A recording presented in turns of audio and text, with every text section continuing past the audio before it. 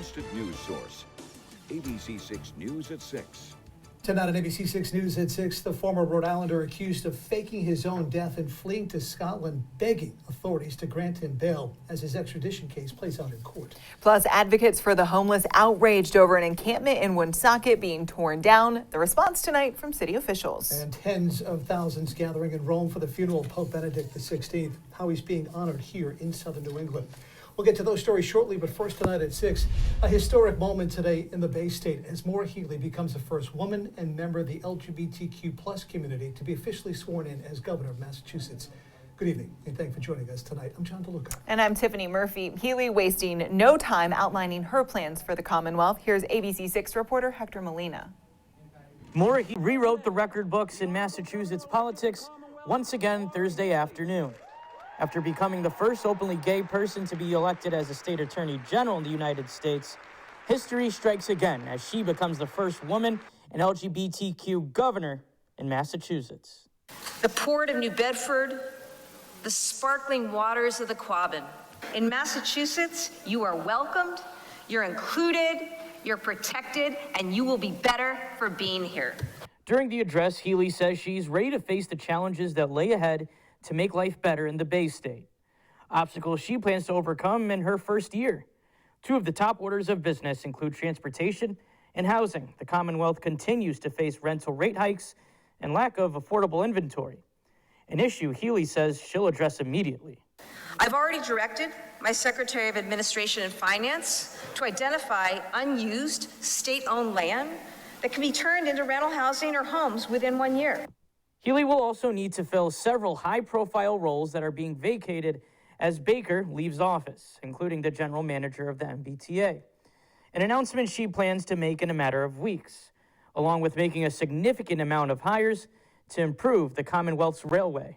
First budget will include funding to hire 1,000 additional workers focused on the operation of the MBTA, and I want to get that done in the first year of my administration. While Thursday was a day of procession and pageantry, Friday will be a day to put pen to paper and make sure promises are kept. Today is a day to celebrate, but I'm even more excited to get to work tomorrow. Hector Molina, ABC6 News. In other news at this hour, Connecticut State Representative Quentin Q. Williams killed in a wrong-way crash in Cromwell. It happened early this morning. Williams was the first African-American to represent Middletown in the Connecticut General Assembly. The 39-year-old Democrat had just been sworn into his third term in office Wednesday.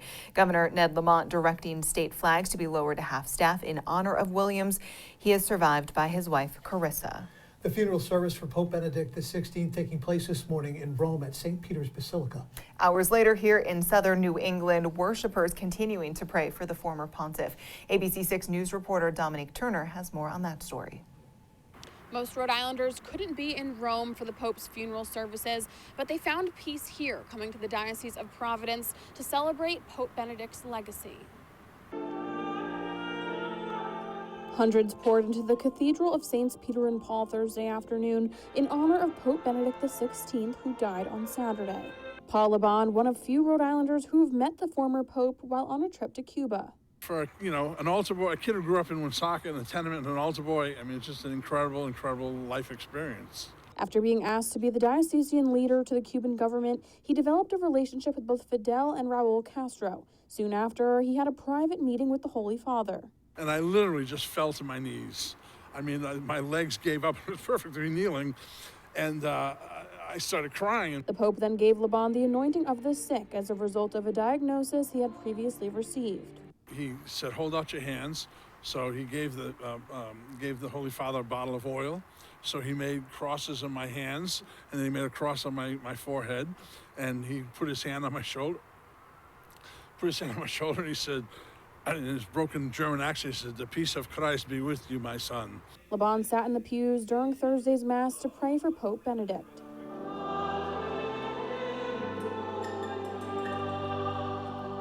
The special prayer held for the Pope, who Bishop Tobin describes as a great man and a theologian. I think it's very clear from the turnout we had today, from the faithful and from the priests, there's a great deal of love and affection for Pope Benedict. It was prayerful, it was hopeful. there was some sorrow, but also a great deal of joy and peace, I think.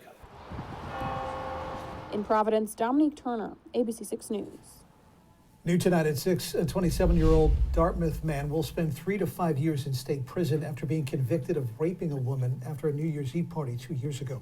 According to the Bristol County DA's office, the victim and Justin Kamara were at a New Year's party when the victim, who was drunk, asked to be taken to her hotel in Seacock. Instead, Kamara drove her to a motel in Dartmouth and raped her. 3 days later, she reported the incident to police and submitted a rape kit. Nicholas Aliverdian, the former Rhode Islander who faked his own death and went to Scotland, now asking to be granted bail. Aliverdian currently sitting in a Scottish prison. He's wanted in Utah on rape charges under the name Nicholas Rossi. Scottish news outlets reporting he's asking the sheriff to grant him bail because he says he's being bullied and intimidated by other inmates. Aliverdian's extradition case is still playing out in court. He's representing himself after being dropped by 8 separate teams of attorneys. Also new tonight at 6, a Providence man sentenced to 3 years in federal prison after admitting to his role in a check cashing scheme. According to the Rhode Island U.S. Attorney's Office, 32-year-old Rashawn Waite recruited people online and then used their personal information and bank accounts to cash checks. He was doing all of this while out on bail for another check cashing scheme. In all, Waite scammed banks and businesses out of more than $169,000. A homeless encampment in downtown Woonsocket removed by the Department of Public Works last night because of trash, needles, and feces. Homeless advocates upset with the way it was handled, saying the city should have worked with those people there. But now city leaders are responding, noting the residents were given a heads up about that eviction. The Department of Public Works performed an activity in that area. We removed down trees and limbs and rubbish, and all occupants of that area were notified well in advance and given multiple locations that they could go to. Woonsocket police were also there offering rides to those to the Cranston Street Armory in Providence. We reached out to see how many went to the Armory, but are yet to hear back. Time now for a check of our forecast. Let's get to storm tracker meteorologist Kelly Bates. Kelly, I missed the sun. When's it coming back? Saturday, but in limited portions on Saturday. But Sunday, it'll be here from start to finish. Our visibilities across the region are down in a couple of areas. We still have that fog trend continuing on, and it's not going to stop with tonight. It'll continue for tomorrow as well. We're down a 3-mile visibility in New Bedford, 8 in Smithfield. Otherwise, we're in pretty good shape. But out by Worcester, we're down a 1/4 mile visibility, and that is enough to impact road travel, so worth a mention indeed. We have cooler air filtering in from the north, and that is what's going to cause a particular issue. You see, before now, if we brought any showers into the region, we were so well above average that we didn't have to worry about whether or not it would be rain or snow. But now that the colder air is beginning to move in, there is a chance that at the higher elevations north and west of the city could see any shower activity as bursts of snow, and this will continue through the day tomorrow. So for tonight, going hour by hour, we are expecting temperatures to hold in the 30s. Once we near dawn tomorrow, we will be in that temperature range north and west of the city, where again, we could see some, snow. The good news is little to no accumulation would be expected, but still, I just don't want you to get caught off guard if you happen to see a couple flakes fly. Tiffany and John? Kelly, thank you. In national news tonight, for a 3rd straight day, the political humiliation for Kevin McCarthy continues on Capitol Hill. The Republican battle over who should be Speaker of the House is absolutely handcuffing Congress. Most importantly, preventing lawmakers from starting the legislative session.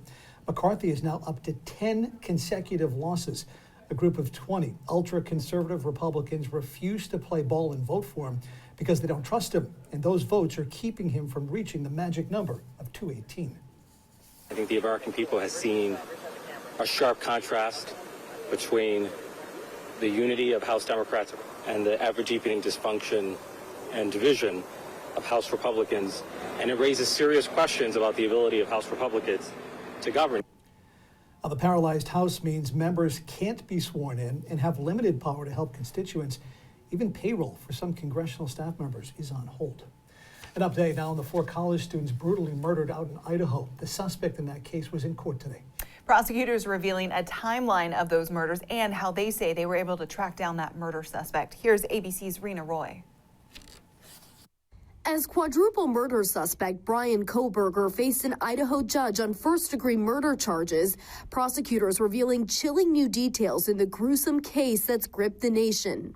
Authorities laying out what exactly happened in the overnight hours of November 13th when they say Kohberger stabbed Madison Mogen, Xana Kernodle, Kaylee Gonsalves, and Ethan Chapin to death. Court documents say a surviving roommate heard who she believed to be Gonsalves say there's someone here around 4 a.m. in their off-campus home near the University of Idaho. That roommate then hearing apparent cries from Kernodle's room and a man saying, "It's okay, I'm going to help you." She told investigators she saw a figure in black clothing and a mask walking toward her, then leaving. She says she stood frozen and in shock, locking herself in her room. Officials say the murders happened fast between 4 and 4:25 a.m. with Kohberger, a criminology grad student nearby, making 4 passes by the house before going in. Cell phone data shows he visited the area of the home 12 times before the murders. At the scene, investigators discovering the sheath of the knife, collecting Kohberger's DNA, matching it to DNA found in the trash at his parents' home in Pennsylvania.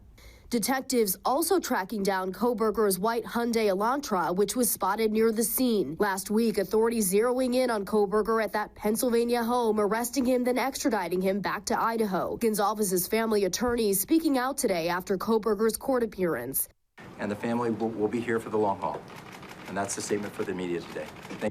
Kohberger is being held without bail. He's due back in court a week from now. So far, there is no motive in this case. Rena Roy, ABC News, Los Angeles. Still heads tonight on ABC 6 News at 6. Just as the Friars knock off the 4th-ranked Yukon Huskies last night, a local brewery out with a new beer made specifically for PC fans. We'll take you there for a pint. Plus, State Beach parking passes already up for grabs, where you can buy them and how much they'll cost you this year. And like it or not, more rainy days ahead. Kelly is here to time it all out. Plus, take a look at how the weekend is shaping up. You're watching